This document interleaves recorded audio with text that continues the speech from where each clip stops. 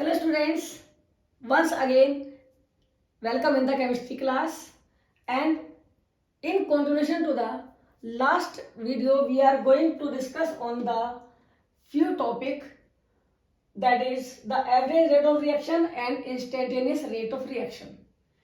क्या है average rate of reaction और क्या है instantaneous rate of reaction? Last video में हम स्टडी कर चुके हैं रेट ऑफ रिएक्शन के बारे में, जिसका मतलब है change in concentration of reactant और product per unit time. Reactant के सापेक्ष रेट ऑफ रिएक्शन का साइन माइनस में होगा क्योंकि टाइम के साथ साथ रिएक्टेंट्स की कंसंट्रेशन डिक्रीज होती है, and with respect to product rate of reaction है पॉजिटिव साइन क्योंकि टाइम के साथ साथ प्रोडक्ट की कंसंट्रेशन इंक्रीज होती है। अब हमें समझना है क्या है इन दोनों में difference. Average rate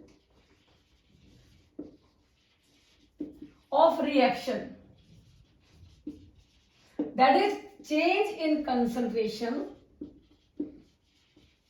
of reactant or product in small interval of time.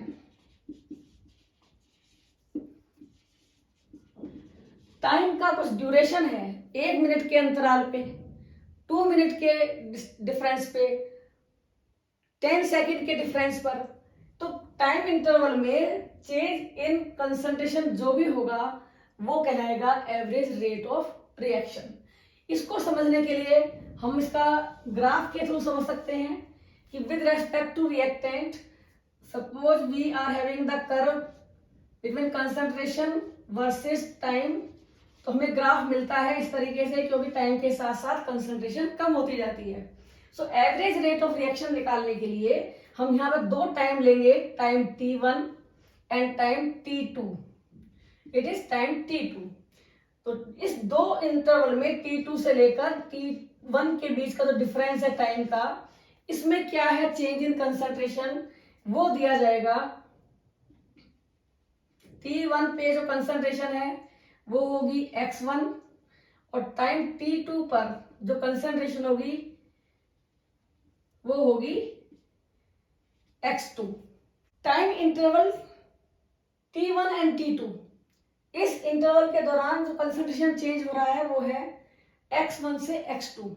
तो रेट जो कि कहलाएगा average rate of reaction will be given as delta x, means any reactant जो हम यूज कर रहे हैं उसकी कंसंट्रेशन में change divided by time interval, और यहां पर चेंज इन कंसंट्रेशन है x2 minus x1 divided by t2 minus t1।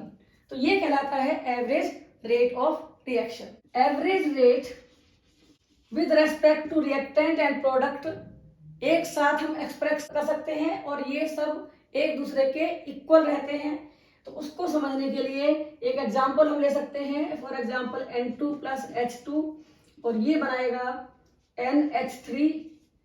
So this reaction can be expressed for average rate of reaction equal to negative delta concentration change in nitrogen by delta T। ये equal होगा negative 1/3 of delta H2 upon delta T, और ये equal होगा 1/2 delta ammonia mean change in concentration of ammonia divided by time interval. So it is the average rate of reaction. Instantaneous rate of reaction, it is change in concentration of reactant और product at a particular instant of time। एक particular time पर 25 second पर, 30 second पर, 1 our के बाद क्या होगा rate of reaction, उस पर्टिकुलर टाइम पर जो रेट ऑफ रिएक्शन होगा that is known as the instantaneous rate of reaction. अब इंस्टेंटेनियस रेट ऑफ रिएक्शन को हम कैसे निकाल सकते हैं, कैसे समझ सकते हैं, और इसको समझने के लिए हमें एक कर्व लेना होगा concentration versus time.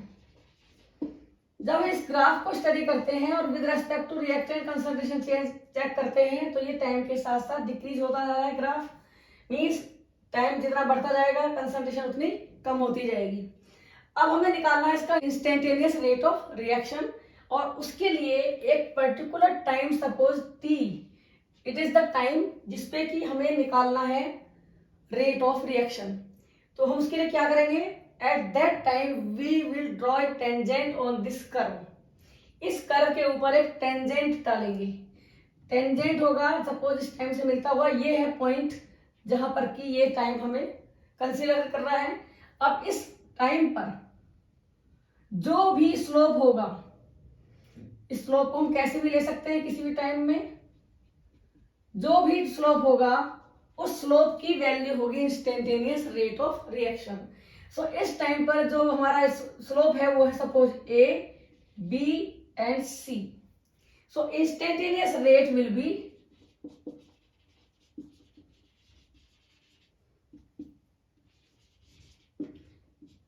Equal to ये डिफरेंस ए और B, distance A B distance divided by time के लिए बी सी डिस्टेंस, मीन्स ये कहलाएगा डी एक्स और ये कहलाएगा डी टी। हम इसे कंसीडर ऐसे भी कर सकते हैं, D concentration of reactant upon time, small interval of time, जिसमें कि उस पर्टिकुलर टाइम पर ये डिफरेंस कितना है।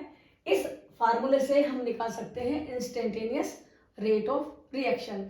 So average rate of reaction है वो ओवरऑल है, विद रेस्पेक्ट टू रिएक्टेंट हो या विद रेस्पेक्ट टू प्रोडक्ट हो, और किसी के भी अकॉर्डिंग जो रेट ऑफ रिएक्शन होगा ओवरऑल वो हमेशा एक सा होगा, और उनको हम इक्वलाइज कर सकते हैं by dividing the rate expressions with respect to different reactants and products by a numerical value by a stoichiometric number, integer number as given in the balanced equation। लेकिन instantaneous rate of reaction particular time पर है, और ये इस time पर अगर कुछ और है तो नेक्स्ट टाइम पे उसकी वैल्यू कुछ और हो सकती है।